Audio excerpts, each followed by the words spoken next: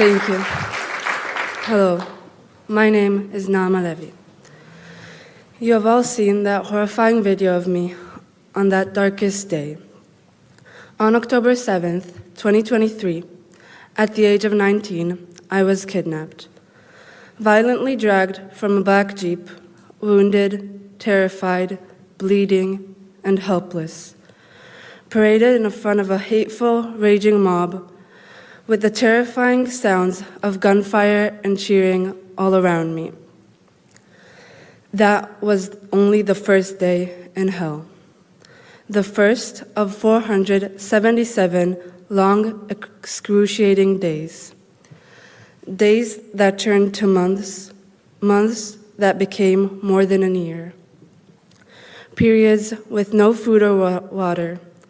I suffered severe malnutrition, indescribable hunger, and many untreated injuries.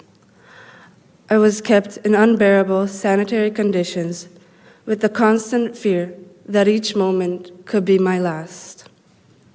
477 days where every minute feels like eternity. My time being held hostage will remain carved into my body and soul for the rest of my life. I was moved from one hiding place to another. There were periods of time where I was completely alone, secluded from any human interaction. In other instances, I was with other young women, some of which were wounded severely and left untreated.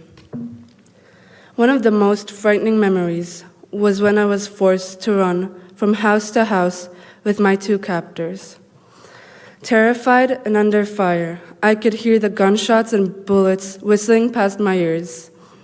I ran as fast as I could, struggling to breathe, while my captors reloaded their weapons.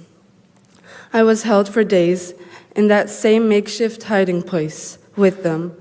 I had almost no food, barely any water, and no access to a toilet. At night, my captors would gear up, putting on their vests, filled with grenades and ammunition, holding their guns close. I could barely breathe, and I was terribly weak. I was terrified for my life every single moment. Being hidden above ground was horrid, but there's nothing that can compare to the darkness and dread that the tunnels bring with them.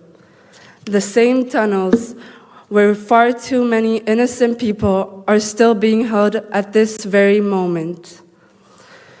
I want you to all stop for a moment and imagine being forced into a dark, deep tunnel, underground. The air is empty of oxygen.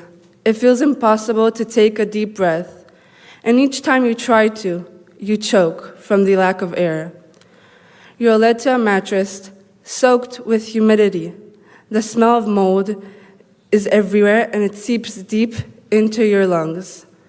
That was what it felt being brought into the tunnels for the first time, the first of many time and countless days. As I stand here before you, there are hostages for whom this nightmare has not ended. Some of them I saw with my own eyes while I was in this hell. Their faces don't leave me. Their voices are silenced. The world only sees fragments of their suffering in horrifying videos. So I'm here to be their voice.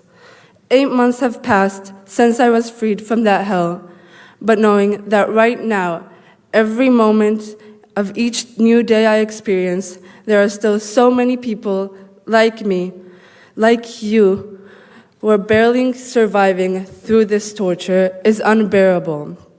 Sons, fathers, brothers, and a daughter that must be saved. Families and friends waiting for their loved ones and fighting to end this agony for them. Just like you would fight if this unimaginable would have happened to one of your loved ones. That is why I'm here today, sharing my story with you. I'm here to cry out for them from the depths of hell where they cannot be heard. The voices of young, beautiful people for whom there is still hope, the hope to bring them back to freedom and to the life they so deeply deserve after 2 long, excruciating years of torment, a freedom their families deserve as well.